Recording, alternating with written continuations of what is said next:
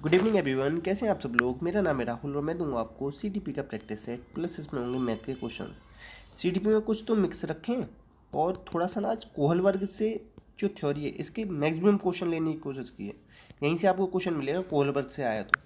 पहला क्वेश्चन है आपका कि जो कक्षा में पहुंचने वाली बच्चों की भोली अवधारणा जानते हो, नेव कॉन्सेप्शन।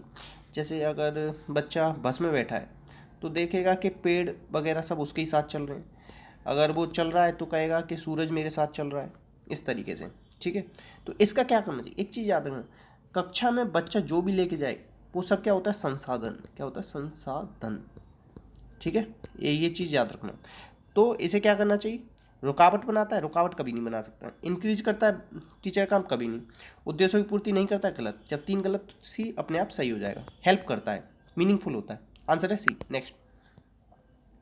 नेक्स्ट कह रहा है कि स्कूल और सोशलाइजेशन के लिए कौन सा ट्रू है। तो विद्यालय और सामाजिकरण के बारे में बताओ कौन सा सही है। तो विद्यालय मुख्य है, नहीं सेकेंडरी है। विद्यालय क्या है, सेकेंडरी एजेंट। कट गया। बहुत थोड़ी भूमिका है, गलत। कोई भूमिका नहीं है, गलत। विद्यालय क्या है, एक महत्वपूर्ण भूमिका है, आंसर आ जाएगा ए। नेक्स्ट, बाल केंद्रित शिक्षा शास्त्र। बाल केंद्रित शिक्षा पर कौन जोर देता है, जॉन ड्यूवी। ठीक है, तो इसका अर्थ क्या है, तो बच्चों के अनुभव और उनकी आवाज़ को प्रमुखता देनी चाहिए। आदेश देना चाहिए, आदेश कभी नहीं देते हम उन्हें। ठीक है, तो आंसर क्या आ जाएगा इसका, बी। नेक्स्ट नेक्स्ट है विकास के लिए निम्न में से कौन सा एक उचित है। विकास क्या है, एक चीज़ याद रखना, जीवन पर्यंत चलता है। क्या चलता है, जीवन पर्यंत। जबकि देखो यहाँ क्या कह रहा है, समाप्त होता है, समाप्त नहीं होता, पृथक नहीं होता, एकल नहीं बहुआयामी होता है। तो आंसर क्या हो जाएगा, ऑटोमेटिक ए। इस तरीके से निकाला करो आंसर, कैंसिल कर दिया ना पेपर में, अगर आए ना इस तरीके से कैंसिल करते हैं तब निकल आएगा अपने आप। व्यक्ति एक दूसरे से भिन्न क्यों होते हैं, जन्मजात, गलत। क्योंकि देखो वुडवर्थ ने क्या कहा है, हम लोग हेरिडिटी, सॉरी वुडवर्थ ने क्या कहा है, डब्ल्यू आएगा। हम हेरिडिटी और एनवायरनमेंट का क्या है, गुणनफल है। ये गुणनफल याद रखना। तो अन्योन क्रियाओं के कारण वंशानुक्रम और वातावरण की, आंसर क्या आ जाएगा, बी। आंसर क्या आ जाएगा, बी। नेक्स्ट, बच्चे के सामाजिकरण में परिवार डैश भूमिका निभाता है। तो क्या प्राइमरी एजेंट है ना परिवार, तो आंसर क्या आ जाएगा, बी। सेकेंडरी बताओ कौन है, सेकेंडरी स्कूल है। नेक्स्ट, ये कह रहा है भाषा विकास के लिए प्रारंभिक बचपन कैसा होता है। भाषा विकास पर किसने, चॉम्स्की ने बहुत काम किया। इन्होंने लैंग्वेज एक्विजिशन डिवाइस ये दिया है कॉन्सेप्ट, याद रखना। अच्छा, प्रारंभिक बचपन ये कह रहा है, तो प्रारंभिक बचपन 2 से 6 साल का होता है, ये भी याद रखना। तो ये क्या होता है, अति संवेदनशील होता है, निरपेक्ष नहीं होगा, कम महत्वपूर्ण नहीं, अमहत्वपूर्ण नहीं, अति संवेदनशील। आंसर है बी। आंसर क्या है, बी। नेक्स्ट, ये कह रहा है प्राथमिक विद्यालय के कक्षा के संदर्भ में सक्रिय, मतलब सक्रियता का मतलब क्या है। तो देखो, कभी नकल करने पे प्रोत्साहन नहीं देते, याद करने पे नहीं देते, उत्तर को नकल करने पे नहीं देते, जांच पड़ताल करना, प्रश्न पूछना और वाद विवाद, आंसर है बी। नेक्स्ट, बच्चे तब सबसे ज़्यादा सृजनशील होते हैं। सृजनशील क्या होता है, क्रिएटिव। क्रिएटिव क्या होता है, out of the box thinking. ठीक है, याद रखना। अच्छा, एक है ब्लैक बॉक्स थ्योरी, ये किससे रिलेटेड है, व्यवहारवाद से, ये भी याद रखना। ठीक है, व्यवहारवाद के जनक कौन है, वॉटसन। वॉटसन शुरू कब, ये व्यवहारवाद शुरू हुआ था 1913 में, क्योंकि बारे में क्या आया था, गेस्टाल्ट वाद। तो ये क्या है, सृजनशील कब होते हैं, जब वो अपनी रुचि से कोई काम करते हैं। तो आंसर आ जाएगा बी। नेक्स्ट, देखो मैंने कहा था ना कोलबर्ग से बहुत क्वेश्चन लिए, तो वही है। लॉरेंस कोलबर्ग के सिद्धांत में निम्न में से कौन सा, नैतिकता अनुपस्थित। देखो ये पूछ रहे हैं नैतिकता अनुपस्थित कब रहती है, तो स्तर 1 पर रहती है। तो लेवल कितने इनके में, 3। स्टेज कितनी, 6। किससे रिलेटेड है, मोरल डेवलपमेंट। फॉलो किसको किया था, प्याजे को। इनको क्रिटिसाइज किसने किया, कैरोल गिलगन ने। ठीक है, ये सब याद रखना। नेक्स्ट, अब ये कह रहा है कि इनमें कितने चरण हैं। चरण मैंने बताया ना, चरण को हिंदी में क्या बोलते हैं, चरण, और इंग्लिश में क्या बोलते हैं, इसमें हाउ मेनी स्टेजेस। स्टेजेस कितनी, 6। स्टेजेस कितनी, 6। तो आंसर क्या आ जाएगा, 6। स्टेज 6 है। और लेवल अगर पूछ ले तो 3। इंग्लिश में देख लिया करना, हिंदी में कन्फ्यूजन हो जाता है कभी कभी। हमेशा याद रखना, स्टेज एस बनना है ना, एस को इस तरीके से बना लेना, 6। और लेवल कितने, 3। नेक्स्ट, अब ये कह रहा है निम्न में से कोहलबर्ग के नैतिक विकास के सिद्धांत के किस चरण में नैतिक तर्क आत्म कल्याण, मतलब खुद के फायदे के लिए। एक देखो आपने सुना होगा टिट फॉर टैट, ये क्या है, स्टेज 2, लेवल 1। आंसर क्या आ जाएगा, आज्ञा पालन नहीं, इंडिविजुअल लॉ एंड ऑर्डर नहीं, गुड बॉय गुड गर्ल नहीं, आंसर आ जाएगा बी। ये क्या आ जाएगा, इंडिविजुअलिज्म और एक्सचेंज, टिट फॉर टैट। तूने मेरी किताब फाड़ी, मैं भी तेरी किताब फाड़ूंगा, तूने मुझे खाना शेयर किया, मैं भी करूंगा, इस तरीके से। आंसर है बी। नेक्स्ट, कोहलबर्ग के नैतिक विकास के सिद्धांत के अनुसार किस चरण में नैतिक तर्क मूर्त तर्क पर आधारित होता है। नैतिक तर्क मूर्त तर्क पर आधारित, इंग्लिश में और देख लेते हैं। अब ये कह रहा है according to Kohlberg moral development theory in which stage moral reasoning based on abstract, देख रहे हो यहाँ एब्स्ट्रैक्ट अमूर्त लिख रखा है और यहाँ पे क्या दे रखा है मूर्त, तो इसीलिए तो गड़बड़ हो जाता है हिंदी में कभी कभी। तो ये है सबसे आखिरी वाली स्टेज, इसकी stage 6 universal ethics principle orientation. Answer क्या आ जाएगा ए। नेक्स्ट, अब ये कह रहा है वह चरण जो अनुरूपता पर बल देता है कि अच्छा होने के नाते इस बात पर विचार करना चाहिए। अच्छा लड़का अच्छा लड़की कहाँ आता है, ये आता है लेवल 2 स्टेज 3, याद रखना, ये पूछे जाते हैं डायरेक्ट ये क्वेश्चन।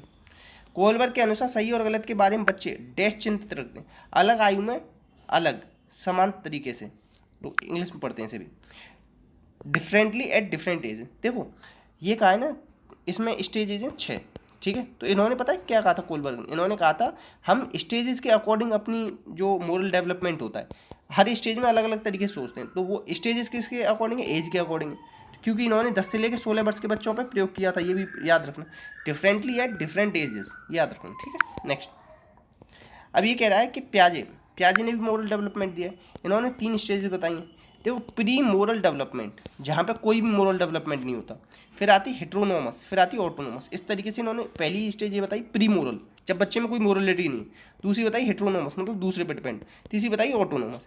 तो यहाँ हेट्रोनोमस की बात हुई है तो आंसर क्या आ जाएगा हेट्रोनोमस। नेक्स्ट है प्याजे के अकॉर्डिंग मोरल डेवलपमेंट की कितनी स्टेज, 3 बताई, एक तो प्री मोरल डेवलपमेंट, एक आ जाएगी हेट्रोनोमस, फिर आ जाएगी ऑटोनोमस, इस तरीके से। बहुत सारी जगह आपको कॉपी में किताबों में पता है क्या मिलेगा, केवल 2 ही मिलेंगी, हेट्रोनोमस ऑटोनोमस, इस तरीके से। इसीलिए ये वाला क्वेश्चन ना विवाद में रहता है, देता नहीं टीचर, बचता है ऐसे क्वेश्चन से। किसको प्रेरणा का सिद्धांत नहीं माना जाता, तो देखो प्रेरणा मतलब मोटिवेशन। देखो मनोविश्लेषण सिगमंड फ्राइड, इन्होंने क्या बताया, इन्होंने देखो एक क्वेश्चन और याद रखना, एरोस और थानोटोस 2 ग्रंथियाँ बताई। एरोस क्या होती है, जीवन मूल प्रवृत्ति, एक होती है थानोटोस मृत्यु मूल प्रवृत्ति, ठीक है। तो ये तो है प्रेरणा का। आत्मबोध ये तो मैस्लो की थ्योरी है, ठीक है, याद रखना। इनमें शुरुआत में क्या आती है, शरीर की मांग, इस तरीके से इन्होंने 5 मांग बताई हैं, ठीक है। तो ये भी है। उपलब्धि और प्रेरणा ये तो मैक्लीलैंड की है, ये भी है, मगर ये हस्तक्षेप सिद्धांत ये कुछ नहीं है, आंसर आ जाएगा सी। आंसर क्या आ जाएगा सी। नेक्स्ट है 2 कारक सिद्धांत किन कारकों पर आधारित है, 2 कारक सिद्धांत। देखो 2 फैक्टर थ्योरी एक आपने इंटेलिजेंस की भी पढ़ी होगी, वो स्पीयरमैन ने दी है, ये दी है हिंजवर्ग ने, किसने, हिंजवर्ग ने, ठीक है। ये मोटिवेशन की थ्योरी, किसकी, मोटिवेशन की, ये हाइजीन और बिहेवियरल मोटिवेशन पर डिपेंड आधारित है, आंसर है ए। इंपॉर्टेंट है, याद रखना। 2 फैक्टर के चक्कर में ना ये दे दिया उसने, 2 फैक्टर थ्योरी मोटिवेशन किसने दी है, हो सकता है यूपी टेट में इस बार पूछ ले, तो बहुत पहले ही ऑप्शन में देगा वो स्पीयरमैन और सब लगा के आ जाएंगे, जबकि ये किसकी है, ये है हिंजबर्ग की, आंसर ए। नेक्स्ट, ये कह रहा है प्रेरणा के how many levels are there in need hierarchy theory of motivation, motivation की थ्योरी मैस्लो ने दी, 5 प्रकार की नीड बताई, तो इन्होंने कितने हिस्से बताए, 5। एक चीज़ याद रखना, अगर ऑप्शन में 5 न हो तो इन्होंने 5 के बाद फिर आखिरी में ना एंड में जाके 8 कर दिए थे, इनको कितनी आवश्यकता कर दी थी, 8। अब ये भी 2 तरीके की होती हैं, बीइंग नीड, ठीक है, और नीचे होती है डेफिशिएंसी नीड, कैसी, डेफिशिएंसी नीड। तो शुरुआत की जो 4 हैं वो तो डेफिशिएंसी नीड है और आखिरी की 4 हैं वो बीइंग नीड है।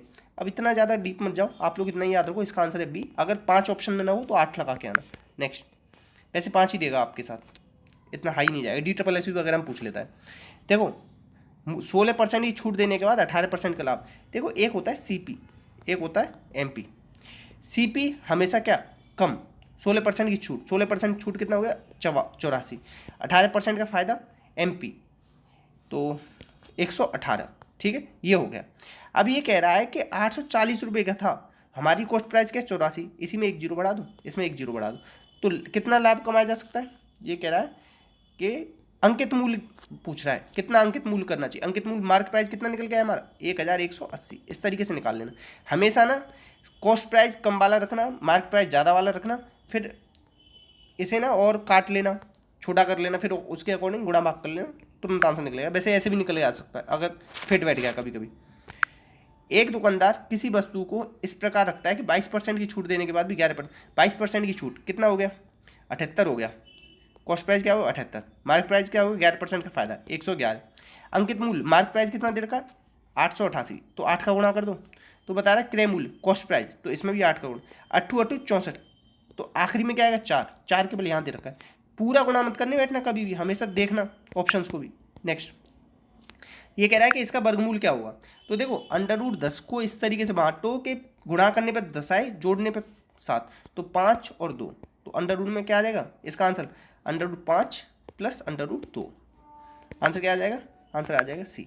डी क्यों नहीं, क्योंकि इसके ऊपर अंडर रूट नहीं है, ठीक है, तो आंसर क्या आ जाएगा सी। नेक्स्ट है 8 संख्याओं का औसत 21 है, प्रत्येक संख्या में 8 से गुणा करने पे नया सेट क्या होगा। तो जितने से भी गुणा करना जा रहा हो ना उतना ही औसत में गुणा कर लो। तो 8 का 21 में गुणा करो, अब ऐसा मत करना कि पूरा गुणा करने बैठ जाओ। तो 8 एकम 8, तो आखिरी संख्या क्या आएगी 8।